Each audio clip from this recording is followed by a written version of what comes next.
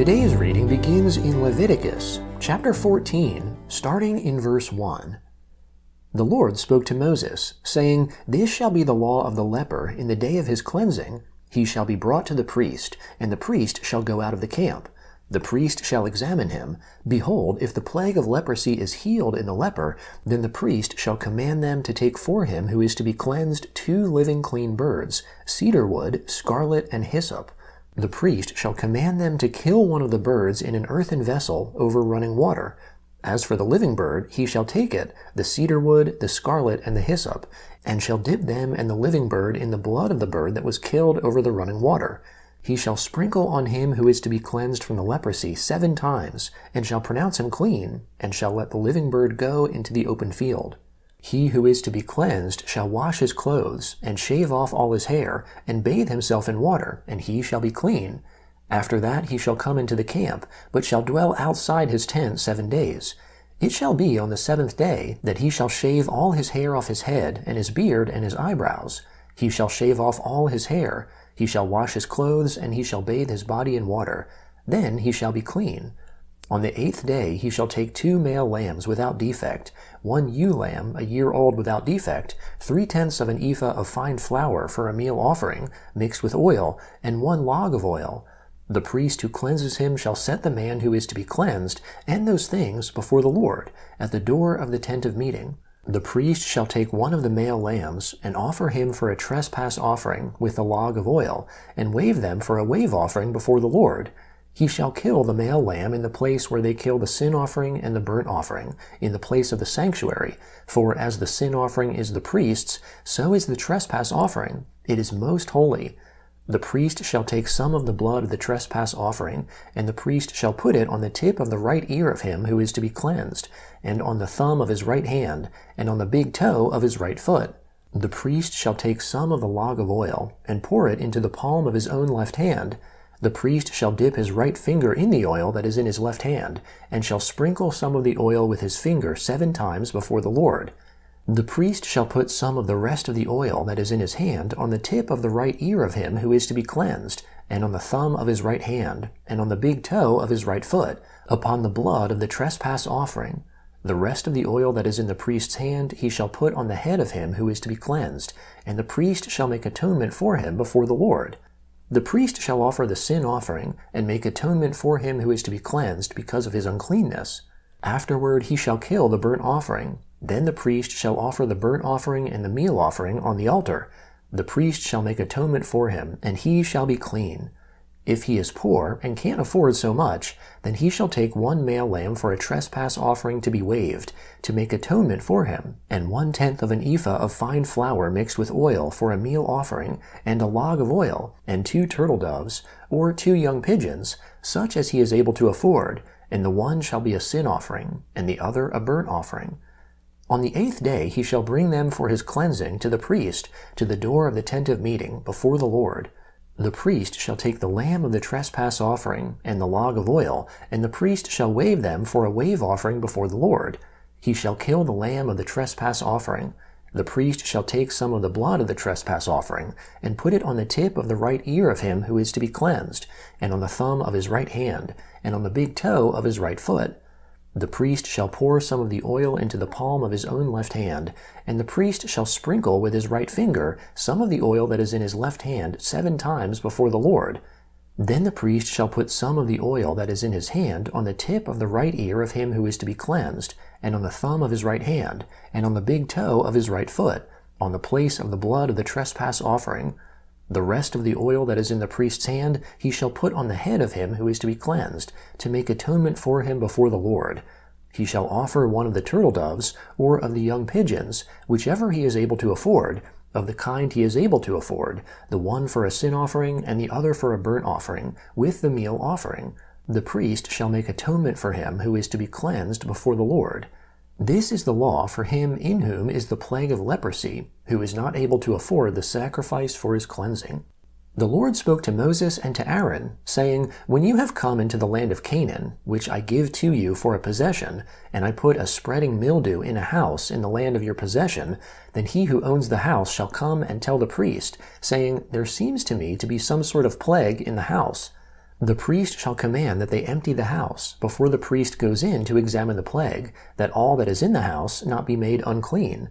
Afterward the priest shall go in to inspect the house. He shall examine the plague, and behold, if the plague is in the walls of the house with hollow streaks, greenish or reddish, and it appears to be deeper than the wall, then the priest shall go out of the house to the door of the house, and shut up the house 7 days.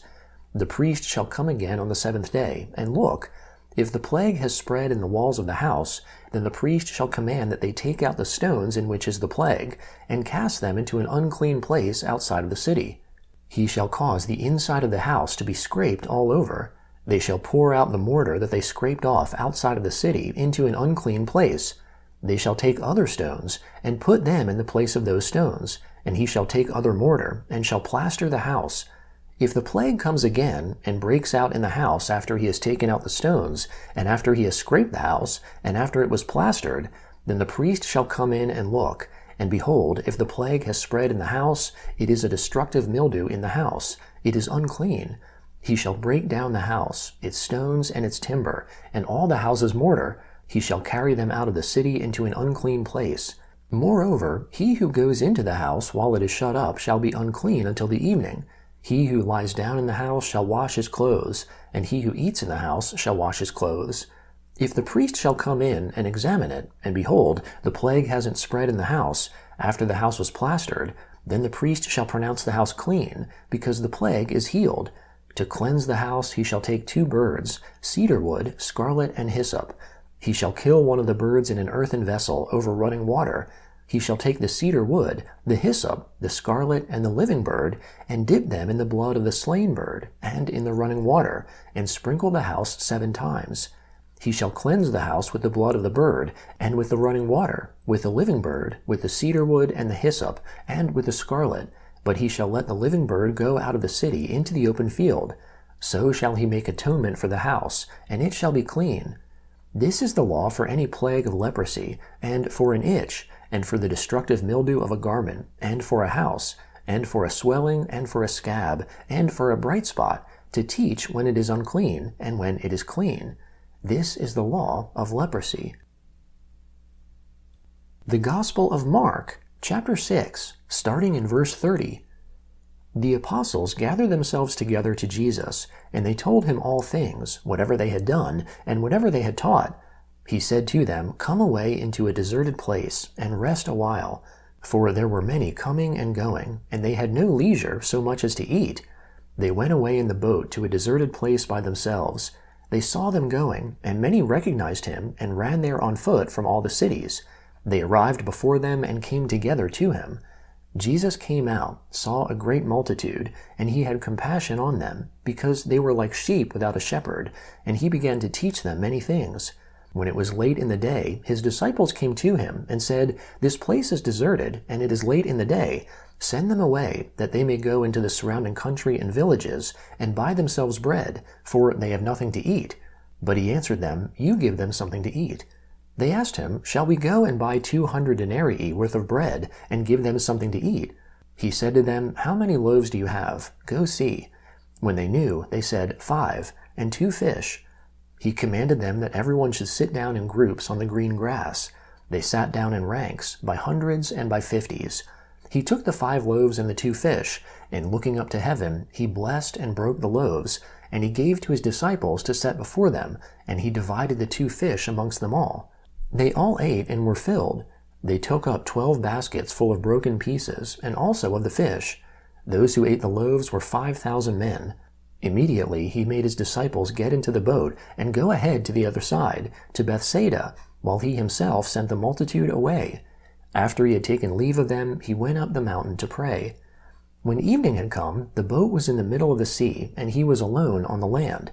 Seeing them distressed in rowing, for the wind was contrary to them, about the 4th watch of the night he came to them, walking on the sea, and he would have passed by them. But they, when they saw him walking on the sea, supposed that it was a ghost, and cried out, for they all saw him and were troubled.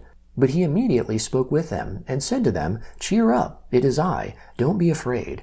He got into the boat with them, and the wind ceased, and they were very amazed amongst themselves, and marveled, for they hadn't understood about the loaves, but their hearts were hardened. When they had crossed over, they came to land at Gennesaret and moored to the shore. When they had come out of the boat, immediately the people recognized him and ran around that whole region and began to bring those who were sick on their mats to where they heard he was. Wherever he entered, into villages or into cities or into the country, they laid the sick in the marketplaces and begged him that they might just touch the fringe of his garment, and as many as touched him were made well. Psalm 40, beginning in verse 1. I waited patiently for the Lord. He turned to me and heard my cry. He brought me up also out of a horrible pit, out of the miry clay. He set my feet on a rock and gave me a firm place to stand. He has put a new song in my mouth, even praise to our God. Many shall see it and fear, and shall trust in the Lord. Blessed is the man who makes the Lord his trust, and doesn't respect the proud, nor such as turn away to lies.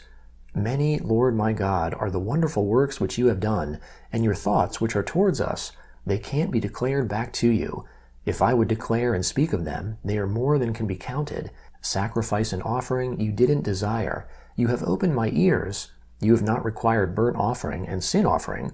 Then I said, Behold, I have come. It is written about me in the book in the scroll.